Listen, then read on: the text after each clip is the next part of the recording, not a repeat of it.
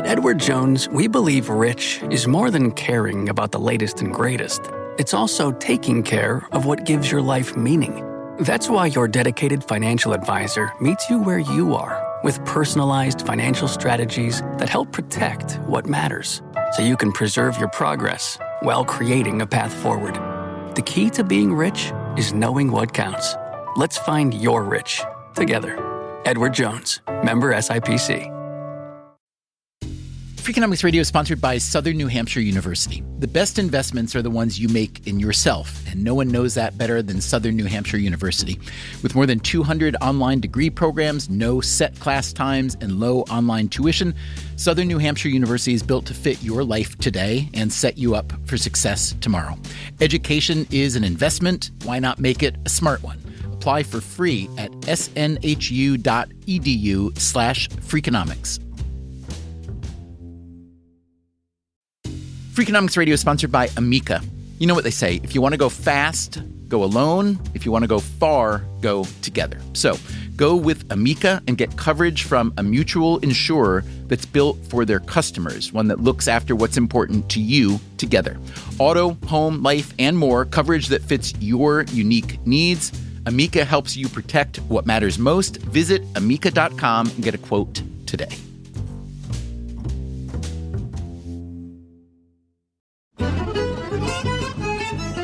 Hey, so Levitt, what's the most exciting news you think that we could tell the people who listen to the Freakonomics Radio podcast? That after 4 or 5 years, we actually managed to write another book. So you want to tell them about it a little bit? No, you tell them. You're better at talking about the books. How about we tell them together? Okay. The date? May 12th. Try again. The date? May 12th. Try again. It's May 13th, okay? The date? May 13th. Okay. The title of the book? Think Like a Freak. Okay, you got that right. That's something. So, Levitt, would you say this is your most favorite book of all time? You know, I really can't tell. I can't tell whether it's good or terrible. I mean, the one thing I like best about it is that after we wrote Super Freakonomics, we said, let's just not write the same book over and over and over. And we weren't sure if we'd ever write another book, but then we had this idea to do something that's more like almost like a how-to book, how to think like a freak. And it's different. And it's hard to tell if things that are different are good or not, but at least it's different. I think that's a good start. It is different. The full title is Think Like a Freak. The authors of Freakonomics offer to retrain your brain, and we cannot wait for you to read it. You can pre-order the book now on Amazon, BarnesandNoble.com, iTunes, all your better online book vendors.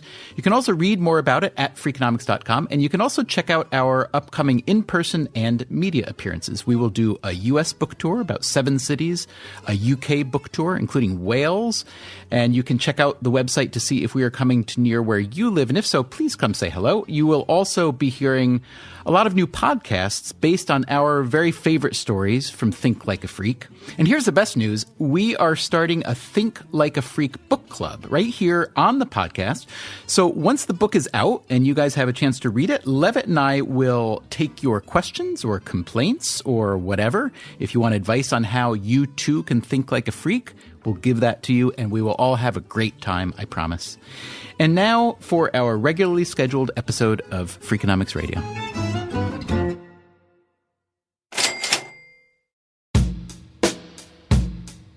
Okay, here's a riddle. Name an activity that many, many millions of people do of their own free will, but that 70% of them, at least in the U.S., say they don't want to do. Doesn't make any sense, does it? What kind of thing could be so enticing and yet so unappealing at the same time? So it's kind of like a win-lose, love-hate. It's a good anxiety killer. So it's kind of like a relief, like, oh, you get a rush from it. It's terrible, but it works. It's delicious. Delicious? You get a rush?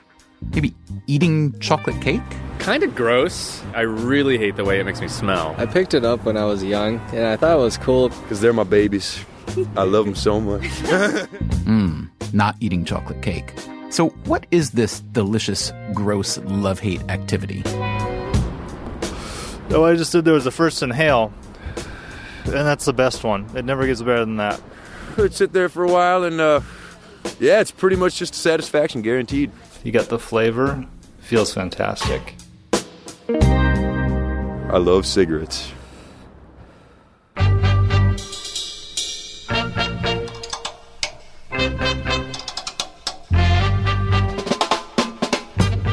From WNYC, this is Freakonomics Radio, the podcast that explores the hidden side of everything. Here's your host, Stephen Dubner.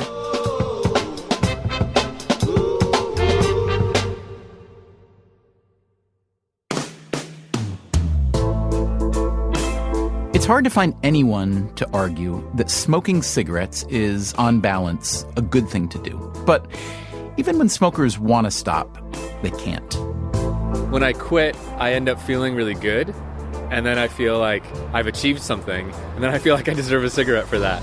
Yeah, I've quit before for a few months, but then fall back in the habit. I feel like I'll someday just stop. I'm trying to quit now, forever. It's a process. I'm sick of waking up having first thing I gotta do is smoke a cigarette, and I can't breathe when I'm walking up the steps. I need to quit. I've tried many times. It does not work. I fail every time, tremendously.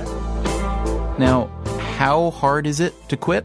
When an individual smoker tries to quit many times in a year, many of the quit attempts last half a day. Most smokers, even if they make a serious attempt to quit, have relapse rates that are in the order of 90%. 90%? Yikes. Why so high? This is Jeffrey Harris. He's an economist and physician at MIT. Basically, we're dealing with a substance, nicotine, which is addictive. I have a profound appreciation for addiction. And that is Kenneth Warner. He's an economist at the University of Michigan School of Public Health. When it comes to smoking and quitting, Warner knows whereof he speaks. Well, I was very good at quitting. I quit for 6 months one year, and then I quit for 3 months the next year, and I quit for a month the year after that, and then I quit quitting for a while. And finally, I decided I was going to smoke myself silly on a poker game on December 27th, I think it was, of 1974.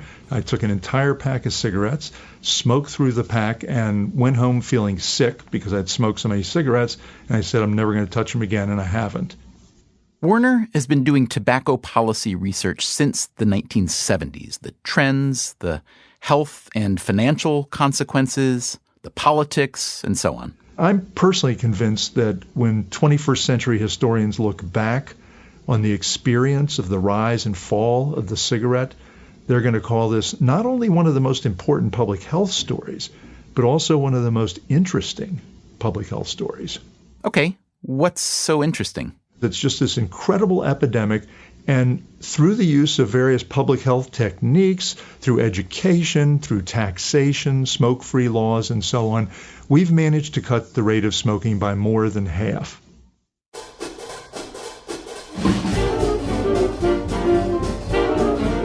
Cigarettes first came into popular use in the U.S. around the time of the Civil War. There was not much thought given to negative health effects. In fact, tobacco was sometimes prescribed as medicine. By the early 1960s, 42% of the adult population smoked. When the government began collecting data on high school students in the early 1990s, it turned out they smoked at an even higher rate than adults. So for many, many years, you had a lot of people doing a lot of smoking. It was part of the scenery.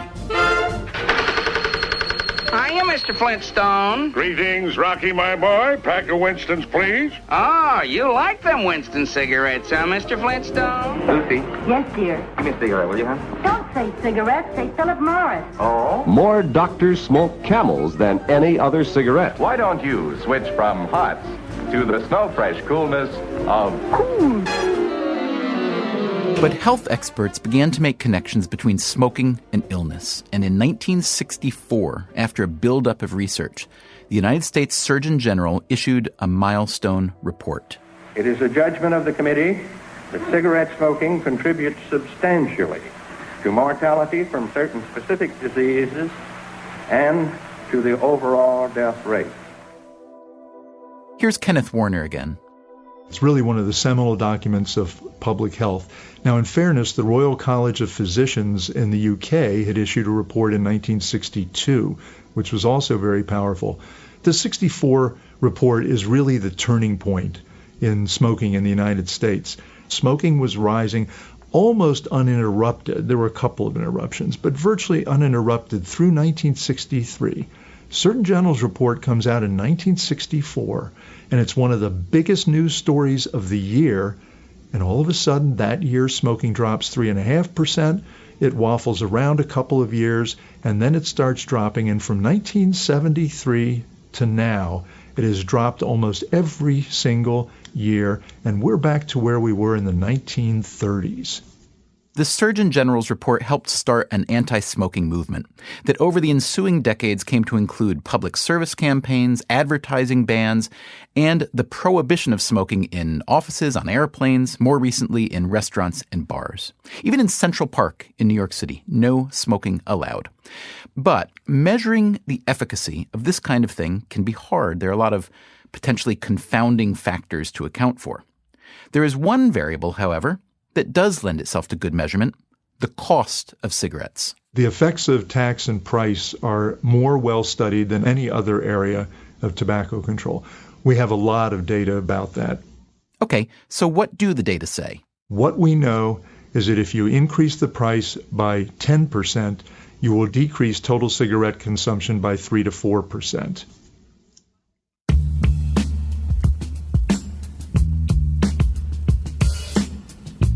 Now, you may think, well, of course Warner would talk about price theory. He's an economist. But even a layperson can look at the data and see the relationship between cigarette prices and smoking.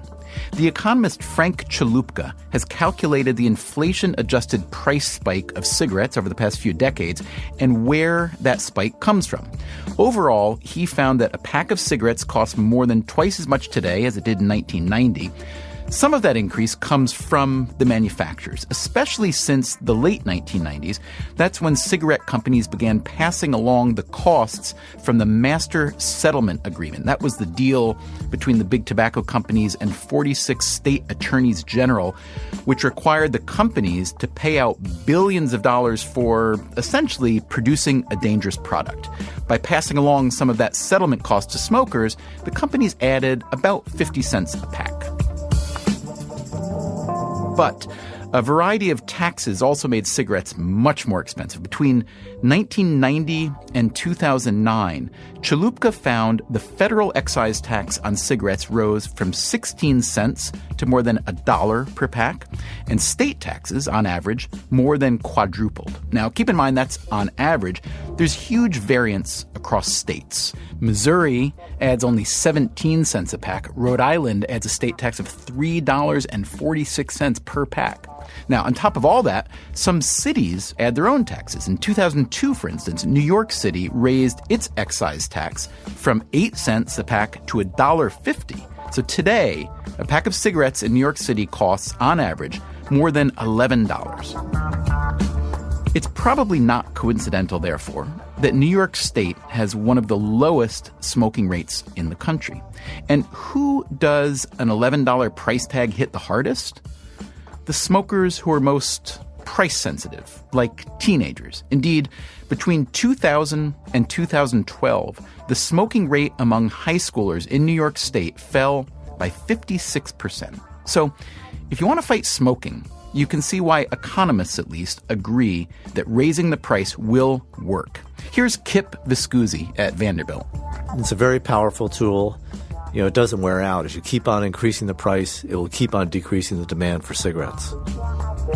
But just as different states in the U.S. have wildly different tax rates on cigarettes, different countries have wildly different cigarette taxes and prices, which are influenced by all sorts of factors. In China, for instance, the average cost is about $2 per pack of cigarettes. In Australia, it's about $11, with talk of pushing that up to $20 a pack. And smoking rates around the world are extremely diverse. Among the lowest are the U.S. and Canada, Australia, much of South America, most of Africa. Europe is generally in the middle. In Asia, well, If you look at the World Health Organization's map of smoking rate by country, Asia is basically one big cloud of smoke. But even in the U.S., where, as Kenneth Warner told us, we've returned to the smoking rate of the 1930s, that still translates into a lot of smokers. About 45 million adult Americans are smokers today. That's approximately 18 to 20% of the adult population.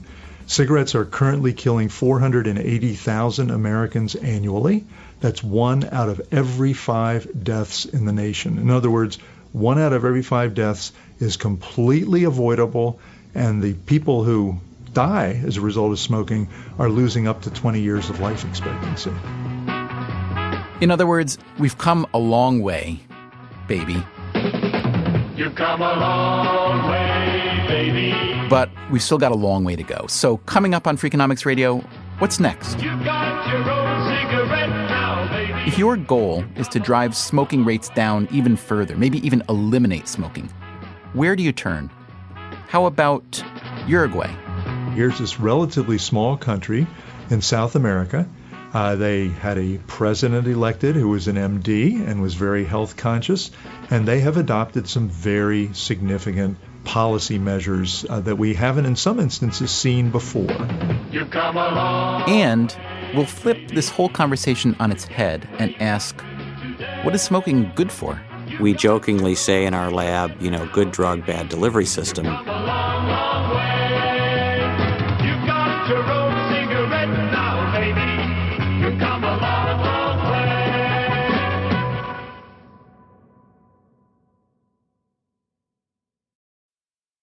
Freakonomics Radio is sponsored by Figure. Did you know that 40% of homeowners own their home outright?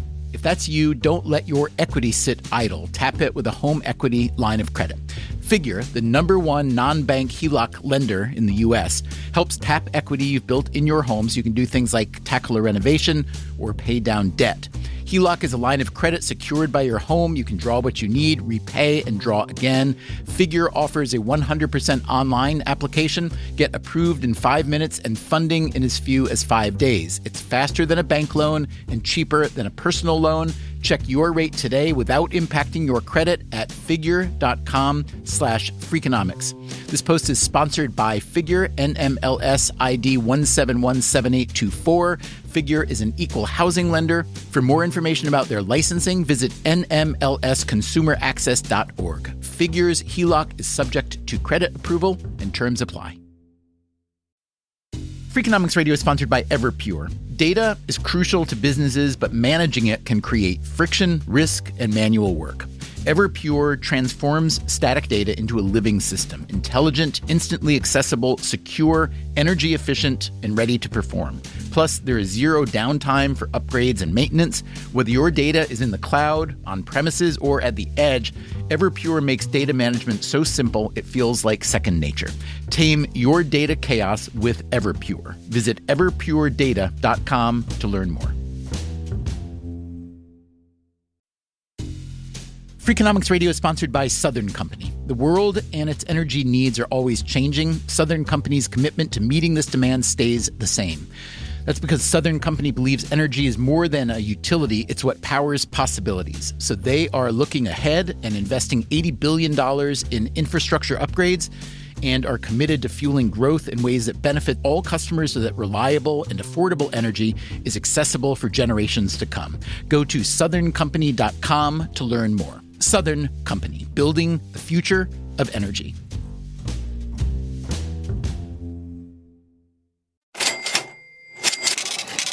From WNYC, this is Freakonomics Radio. Here's your host, Stephen Dubner.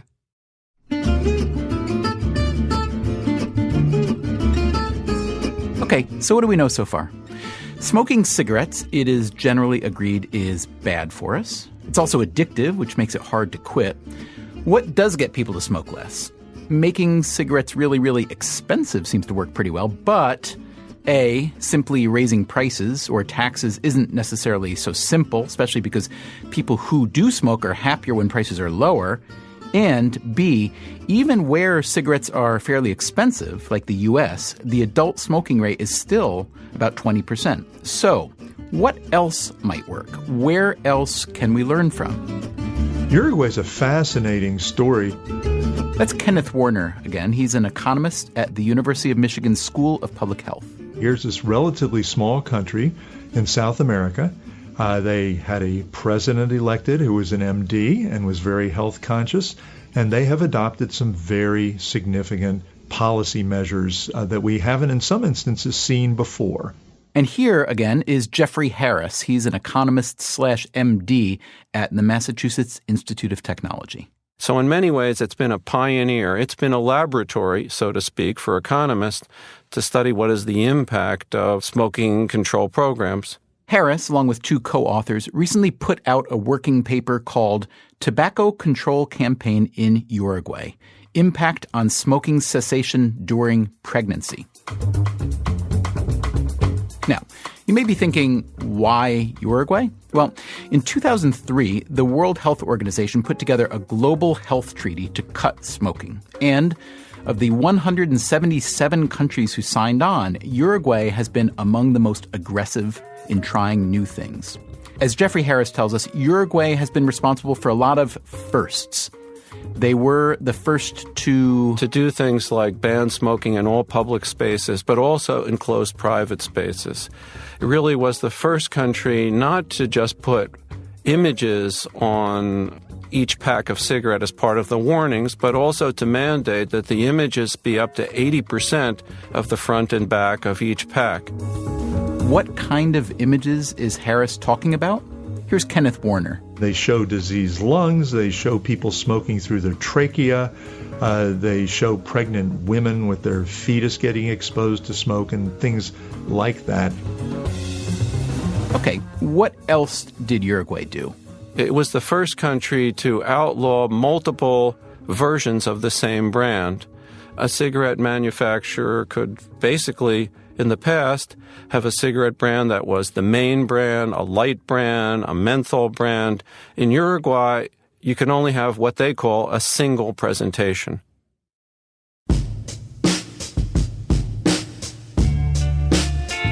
Uruguay also banned cigarette advertising and raised taxes on cigarettes. They enlisted doctors and health centers to encourage people to quit smoking. Jeffrey Harris decided to examine all these different anti-smoking measures to figure out which of them were most effective. The population he chose to concentrate on was pregnant women. Why? Two reasons. One, they're an important population since a fetus is particularly susceptible to the harmful effects of smoking. And two, the pregnant women presented a good controlled data set.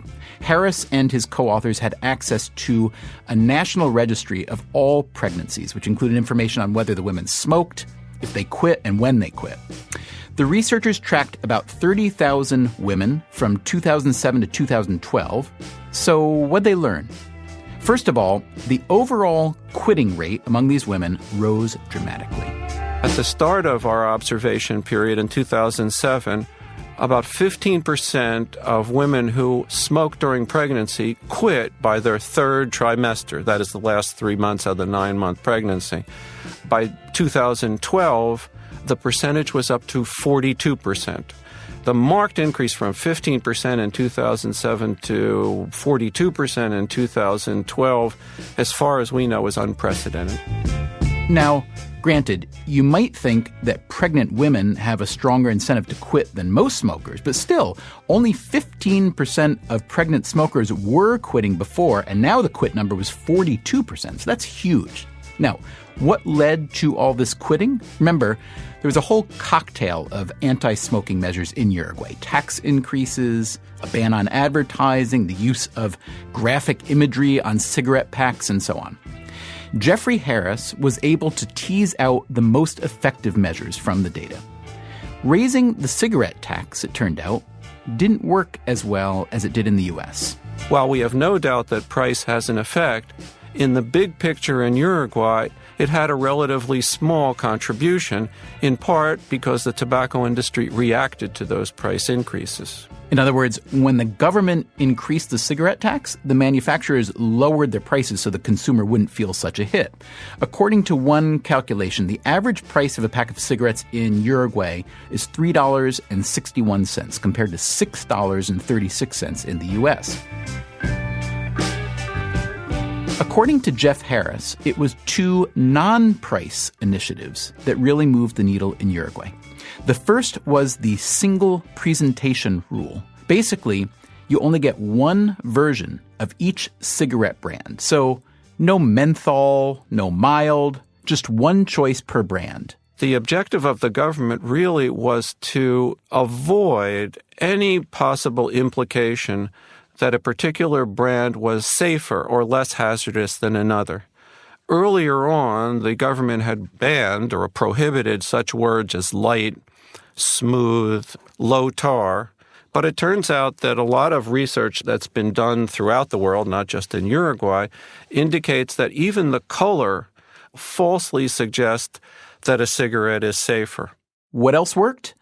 The graphic, grotesque imagery on the cigarette packs. They would have an image of a baby that looked like the baby was in neonatal intensive care, sometimes connected to something that looked like oxygen, and asking the smoker in Spanish, roughly, is this the life you chose to give him? Now, you may naturally wonder, if the U.S. has reduced its smoking rate so much without the use of graphic imagery like that, what would happen if we did use it? That, says Kenneth Warner, is hard to say. We were supposed to have that here a year ago last September, and of course the tobacco industry sued to prevent it, and we're now back, or I should say FDA is now back at the beginning with that one. As we noted earlier, there's a lot of variance around the world in how smoking is treated. There's also a lot of variance in who smokes and who doesn't. Here's Jeff Harris again. Approximately 80% of all the tobacco use in the world now occurs in low and middle income countries. And within a short amount of time, 80% of all the deaths attributable to tobacco use will also occur in those countries. And how many deaths will that be? The World Health Organization has estimated that now in the order of 5 million people will die on an annual basis as a result of tobacco use throughout the world, and another 600,000 will die from secondhand or environmental tobacco smoke.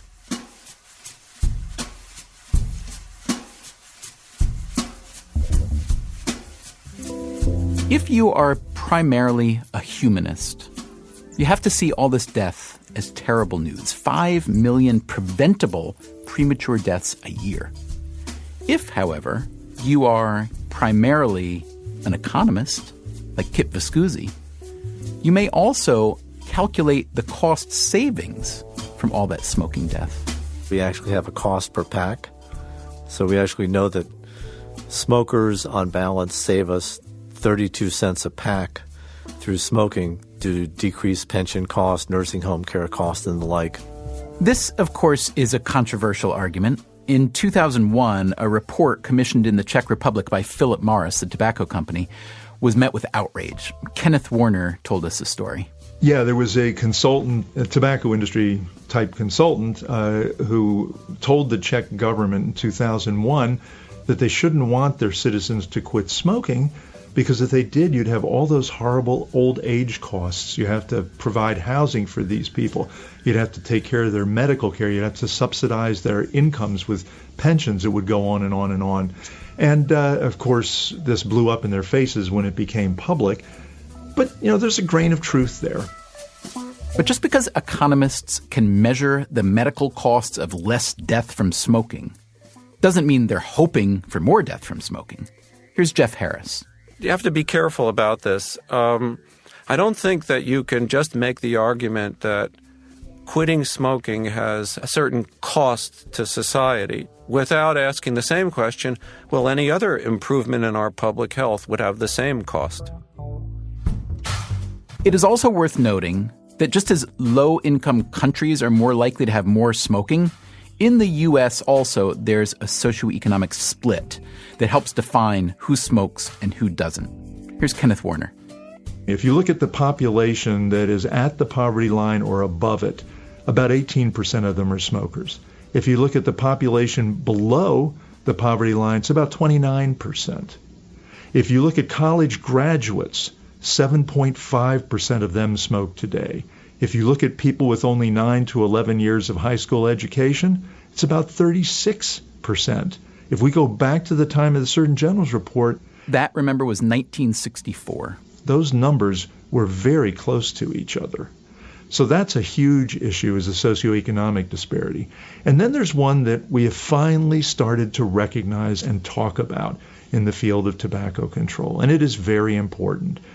Perhaps as many as 40 to 50% of all smokers have a concurrent mental health disability or morbidity and or other substance abuse problems. The cigarette industry has always liked to talk about smoking as being a rational choice of well-informed adults, and yet we have this strong correlation between smoking and mental illness.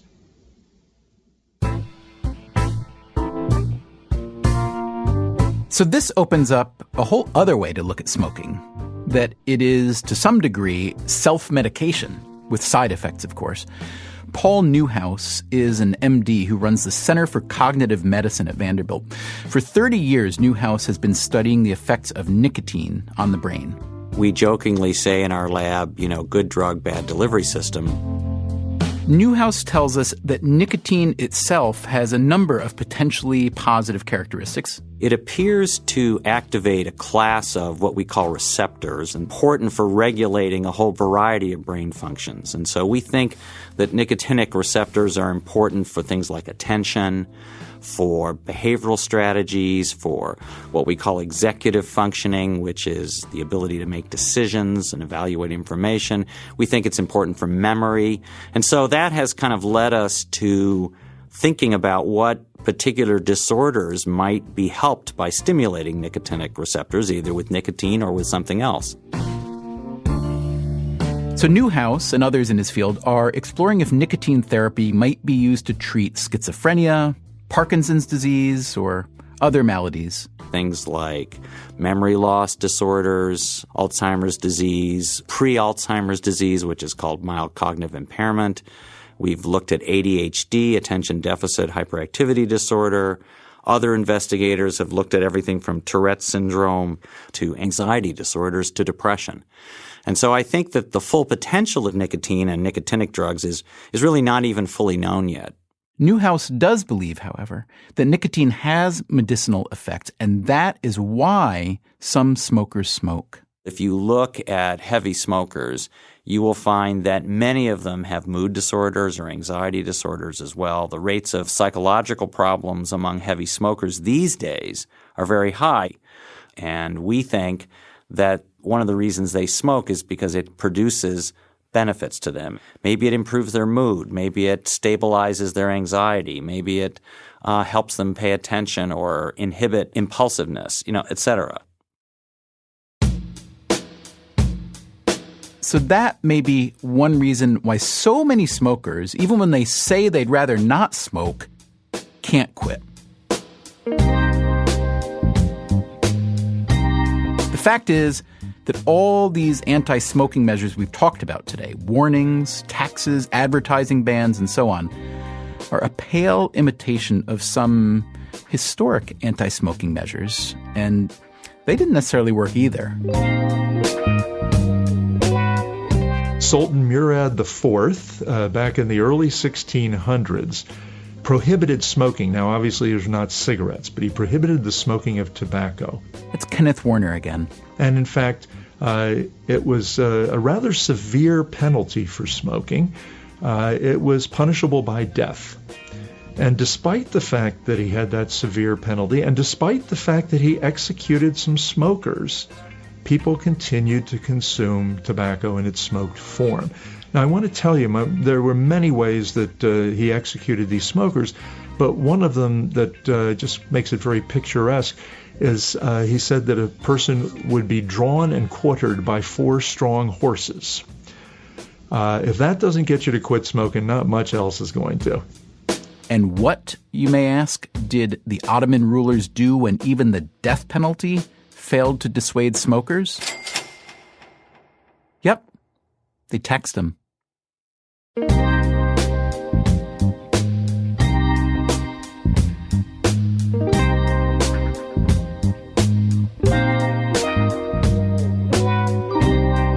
Hey, podcast listeners, as we mentioned at the top of the show, Levitt and I are putting out a new book called Think Like a Freak on May 13th.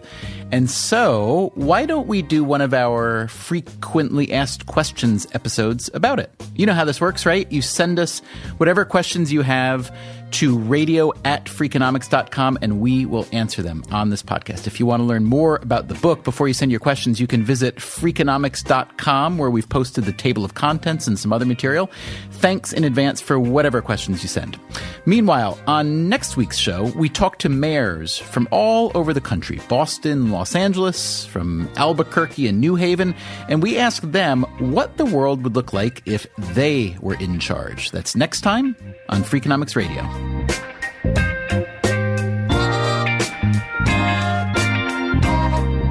Freakonomics Radio is produced by WNYC and Dubner Productions. Our staff includes David Herman, Greg Rosalski, Greta Cohn, Beret Lamb, Shruti Pinamaneni, Susie Lechtenberg, and Chris Bannon. If you want more Freakonomics Radio, you can subscribe to our podcast on iTunes or go to Freakonomics.com, where you'll find lots of radio, a blog, the books, and more.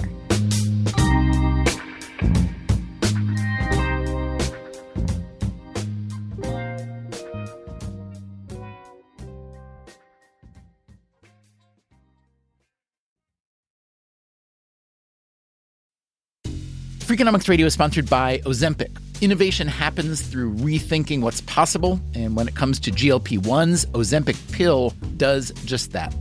Learn more about Ozempic semaglutide tablets, 4 and 9 milligrams, by calling 1-833-OZEMPIC or visit Ozempic.com to view the medication guide and ask your doctor what's possible with FDA-approved Ozempic pill.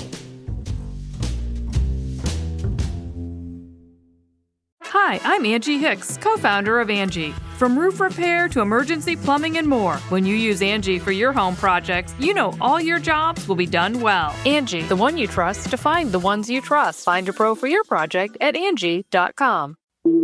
Breathe in. Feel the sense of calm that comes from having up to $300 in overdraft protection with GoToBank. Now... Did you say $300? Yes. Now, back to our breathing. So if I overspend my balance, GoToBank has my back up to $300? Yes. Can we breathe out now?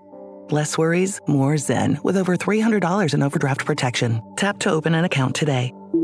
Eligible direct deposits and opt-in required for overdraft protection. Fees, terms, and conditions apply.